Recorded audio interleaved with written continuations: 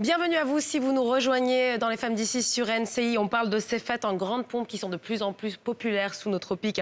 Les baby showers, les enterrements de vie de jeunes filles. Prennent-elles le pas sur les cérémonies traditionnelles? Écoutez, on va continuer à parler de ça, mais avec l'aspect financier cette fois-ci, les pour et les contre des célébrations à l'occidentale ou à l'africaine. C'est dans la chronique de Afou. Je suis de retour. Bonjour. Et donc, dans notre chronique Parlons Business, aujourd'hui, on va parler des événements.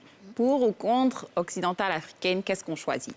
La première des choses, je vous dis toujours, on va parler du budget. Comme d'habitude, pour organiser toutes sortes d'événements, il faut d'abord savoir quel type de budget vous avez et comment est-ce que vous allez vous organiser en conséquence. Quand on arrive sur le budget, la première question, c'est le nombre d'invités. Est-ce que j'ai 500 invités ou 200 invités? Maintenant, voici notre problème en Afrique. Donc là, je pars plutôt sur le côté occidental, où c'est vraiment très bien organisé. Tu sais exactement le nombre d'invités que tu as et même carré, les plus un.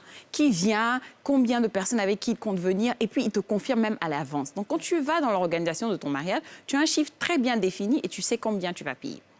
Maintenant, quand on est chez nous ici, bien sûr, c'est la base du budget, au fait, parce qu'en fonction du nombre d'invités, tu choisis la salle, tu choisis les repas, tu fais ton budget décoration, vraiment ton budget cadeau, tout tourne autour des invités. Et ici, tu ne peux pas prévoir parce que on te dit on vient, impossible.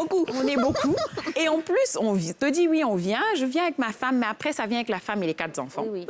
Ou bien, il y a toujours des événements. Donc, on te dit on vient, mais il y a un autre funérail qui est plus important que ton mariage, donc on ne vient pas, mais on ne t'appelle pas pour te dire à l'avance. Donc, pour ce côté-là, moi, je prends le côté occidental. On n'a qu'à essayer d'être un peu mieux organisé. Alors, non seulement... Est-ce que c'est parce qu'on... Pourtant, on sait que c'est difficile d'organiser. Et pourtant, alors, on peut être du côté de l'organisateur, c'est-à-dire la personne qui fait le mariage, et avoir tout ça comme critère, et après, être invité et quand même s'imposer avec toute sa famille. Oui, mais c'est parce qu'on est trop chaleureux, en fait. C'est-à-dire que si on m'appelle pour un mariage, alors qu'il y a un funérail qui est là, le pauvre, il a perdu son papa, il faut que je parte. Oui. Là, je suis débordée. Je pense que c'est plus... Vous savez, même quand on était petit, quand il y a une fête d'anniversaire... On s'invite en fait. En fait, c'est vraiment c'est vrai, c'est cette habitude en fait. Et là, la fête, c'est pour tout le monde.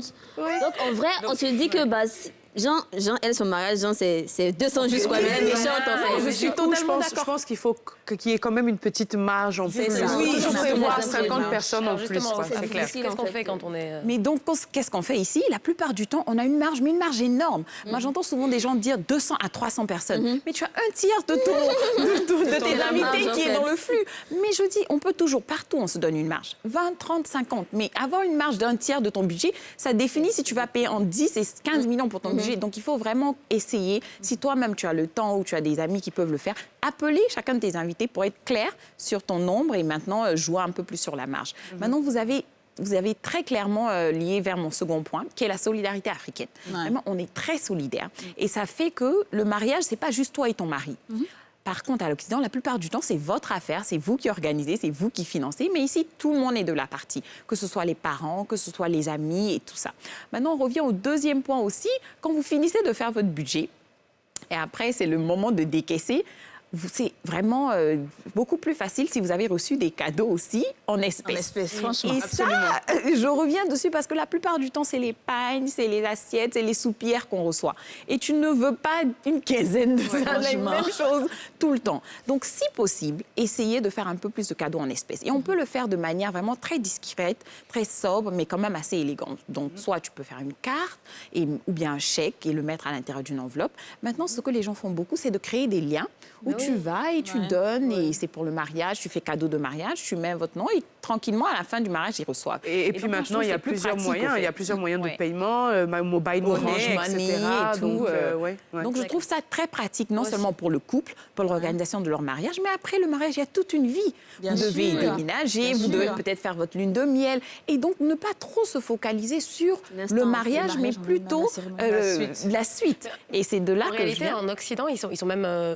c'est transparent par rapport à ça. On te dit, voilà, il y a un registre, c'est ce que je veux. Exactement. Ou alors se payer pour ma lune de de miel ou alors Exactement. payer pour Pour en des fait, de trucs, cadeaux, pour notre d'idées, de appartement. choses. et Il tout n'y ça. a pas de tabou par rapport à ça. Je pense qu'il faudrait même plutôt, comme on a dit, que ce soit les mariés qui prennent le devant pour imposer cela à la famille, parce que finalement, s'ils ne le font pas, ils vont sans vouloir vexer ça. Mais c'est la restera famille, toujours là, dans ce le sera même compliqué. carcan. Hein, Oui, sincèrement, c'est parce que quand compliqué. tu dis à tes parents, je veux un mariage simple et tout ça, la maman dit, mais moi, j'ai fait tontine depuis combien d'années?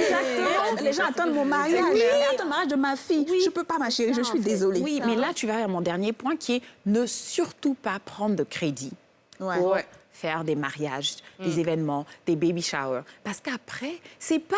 On prend des crédits pour un investissement qui va avoir un return. C'est vrai que c'est un bon événement, c'est heureux, mais ne pas prendre de crédit. Tu fais en fonction de tes moyens, De tes moyens, de c'est ce ça. que tu peux faire, mais surtout pas aller commencer à prendre des crédits à gauche, à droite pour organiser un événement. Ça, c'est de très mauvaises décisions financières qui ne vont pas aider ni votre couple, ni votre mariage. plombe, hein, ça Parce que, plombe. c'est un seul jour. hein. Ouais. Merci beaucoup Merci à à vous. Merci. Alors, on va